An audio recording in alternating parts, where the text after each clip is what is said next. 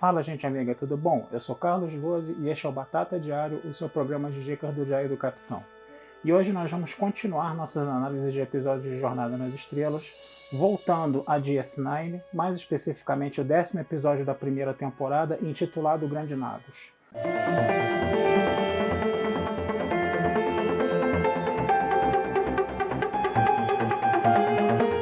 Gente, esse episódio ele é muito bom por quê? Porque ele vai pela primeira vez, né, tratar com mais profundidade desse universo Ferengi aí. Esse universo Ferengi que foi tratado de uma forma um tanto caricata em TNG, né, e eu tinha na ocasião comentado, né, que esse universo Ferengi tinha sido mais bem tratado em DS9, né, e o Grande Nagus é o primeiro episódio que trabalha isso, né, mas qual seria o plot desse episódio, né?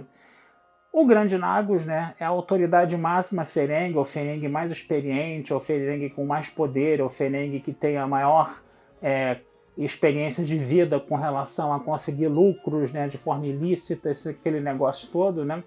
E ele chega à estação e procura o Quark, né?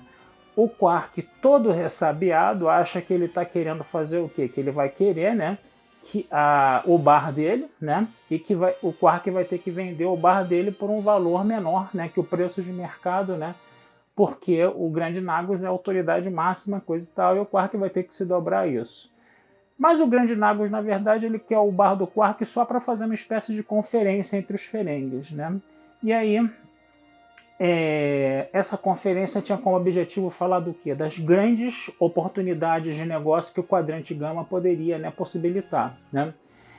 E aí, o que acontece? Todo mundo lá tá, vamos dizer assim, feliz da vida, né, com essas oportunidades de lucro, coisa e tal, né? Falando que o Grande Nagus teria que ser o grande líder disso, coisa e tal, blá blá blá.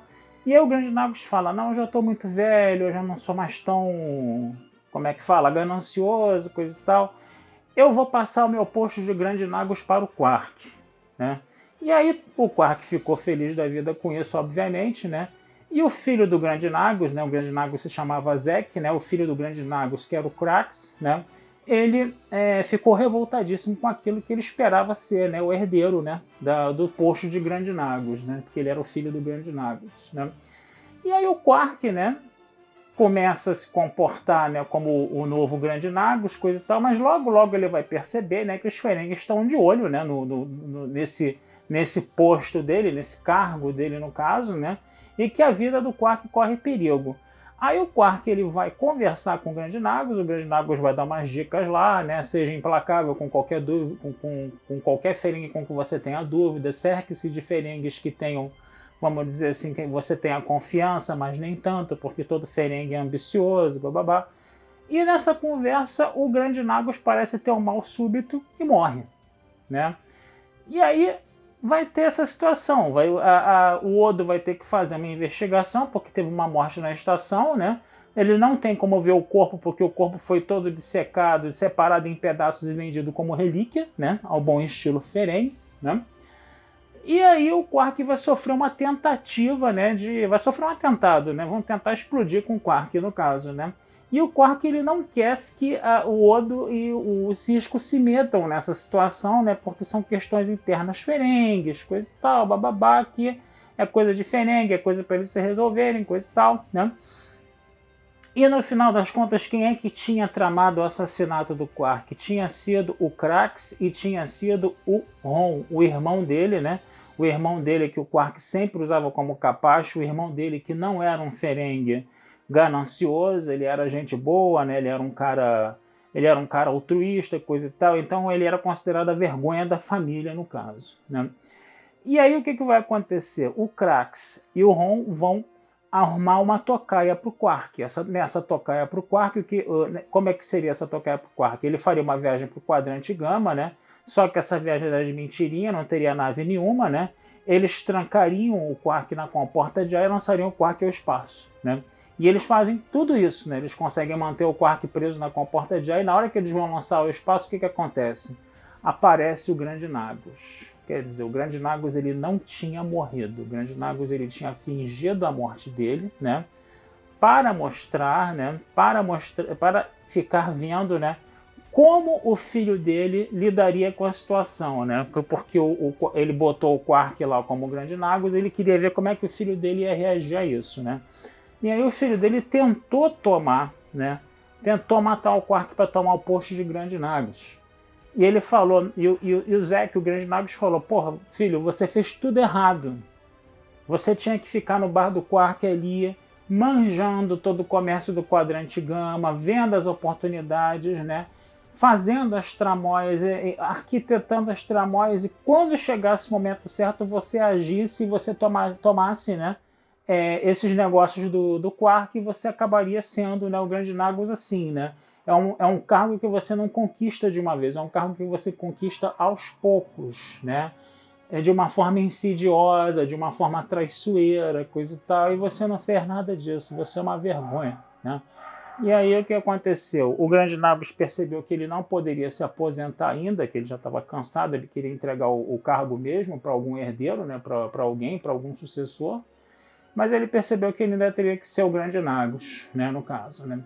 E o Ron, como é que ficou o Ron nessa situação, né? O Quark, que ficava sempre botando o Ron para baixo, botando o Ron como um capacho, ficou feliz da vida ao ver que o Ron estava tramando seu assassinato, vendo que o Ron estava sendo um traíra, né? E falou: agora eu vou te dar um cargo de subgerente no bar, né? Quer dizer, o Ron ainda ganhou, né, como podemos dizer, uma promoção, né, por ser traiçoeiro. Então esse universo Ferengi, né, que lembra muito o do capitalismo selvagem, né, dos séculos 20 e 21, né, ele é muito interessante. Por quê? Porque ali o que acontece? Você é eficiente se você for um traíra, se você for uma pessoa traiçoeira, se você for um sujeito que está buscando lucro e que você não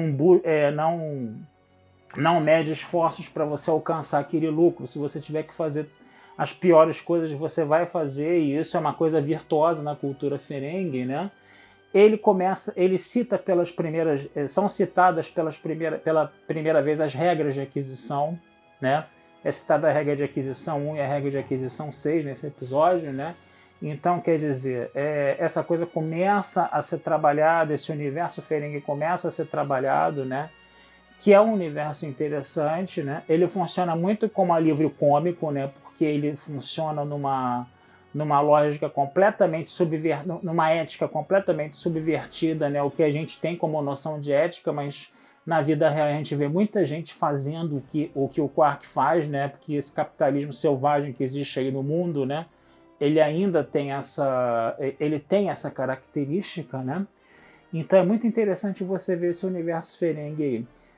Teve uma história B. A história B era o quê? Foi o desfecho, né, o desenlace, né, do problema do relacionamento do Jake com o Nog, né, no caso, né? Por quê? Porque o Nog é um Ferengi, o Jake é um terráqueo, né, é um terrestre da Federação do século 24, e ele tinha como amizade o Nog, que é um Ferengi com essas ideias todinhas aí da cultura Ferengi. Então, o Sisko sempre achou o Nog uma má influência para o Jake, né? E isso volta a ser trabalhado nesse episódio. Mas a grande coisa aí nesse episódio é o seguinte: o Jake fala sempre para o Sisko o seguinte: tá, você não fala que a gente tem que interagir com outras culturas, que a gente tem que considerar a diferença, a diversidade, agora você não quer que eu seja amigo do Nog, coisa e tal. Então, quer dizer, é muito interessante a gente ver que essa coisa de meu filho está com más amizades, ele vai para o mau caminho, coisa e tal, às vezes pode ser, né, muito uma visão de preconceito, como foi a visão de preconceito do Sisko para com, né, o Nog, no caso, né? Porque o Nog estudava na escola, né, junto com o Jake, né? E aí o que vai acontecer? Quando o Grande Nagus chega, né, o Grande Nagus descobre, né, que o Nog está estudando numa escola, e o Grande Nagus acha aquilo muito horrível, né, uma grande tristeza, coisa e tal. E aí o Ron, né, que é o pai do Nog, né, diz que ele não pode mais estudar na escola. Então o que vai acontecer? O Jake vai começar a dar aulas particulares às escondidas para o Nog. E quando o Sisko descobre isso, o Sisko vê, né, como o filho dele, né, apesar de estar ali vivendo com o Ferengi, que tem uma cultura que tem pontos muito subvertidos, né, com relação à cultura da Terra do século 24, né, o Sisko percebe, né, que o Jake ele tem discernimento suficiente para separar o que é o certo do errado, e ele ainda consegue manter uma amizade com uma pessoa que tem uma cultura completamente diferente da dele. Então o episódio termina, né, com o Sisko abraçando, né, o Jake e dando um beijo nele, né, e falando, né, se você volta lá pro seu amigo, coisa e tal, né, que o seu amigo está te esperando, coisa e tal, e ele aceita, né, a amizade do Jake com o Nog, né. Uma coisa que eu acho muito legal nessa relação entre o Sisko e o Jake é o seguinte, que o Sisko, até por ter perdido a esposa dele, né, até por ter fortalecido os laços dele com o filho, porque a figura materna não existe mais, né, é muito interessante você ver como o Sisko e o Jake se relacionam, né, sempre aquela coisa muito carinhosa, né, eles se abraçam, eles se beijam, né, em público, né, não só no contexto privado, dentro do lar, dentro dos aposentos, mas também em público. O Sisko ele beija o filho dele na frente de todo mundo. E eu acho esse ato do toque, do abraço, do beijo, eu acho eles muito interessante, entendeu? Por quê? Porque, queiram ou não, a gente está falando, né, de uma série que está sendo produzida numa cultura anglo-saxônica que não valoriza muito o toque, né? Uma cultura mais reservada que acha que o toque é uma coisa muito ousada, vamos dizer assim, né? E quando você pega o Sisko abraçando e beijando o Jake assim publicamente, né? É interessante como a série também trabalha a diversidade nesse ponto, né? Que é um produto cultural dos Estados Unidos, norte-americano, uma cultura mais reservada com relação ao toque, né? Mas o episódio mostra explicitamente, né, esse carinho, esse amor explícito, né, entre pai e filho, né, através do toque, através do beijo, né? Eu acho muito interessante essa coisa aí, entendeu? Que é como Jornada nas Estrelas trabalha a diversidade em outros pontos também, além de fazer o debate lá da cultura humana com a cultura Ferengi no relacionamento entre o Jake e o Nog, no caso. Tá certo? Gente, vou ficando por aqui, tá? Desejando vida longa e próspera, tá? Esse texto vai estar lá na Batata Espacial, assim como todos os outros que eu tenho feito aqui, tá? E não deixem de curtir, compartilhar, comentar e dar o seu likezinho no Diário do Capitão, que essa ajuda sempre é muito boa pra gente, tá? Um abração, tá? Fui e até a próxima.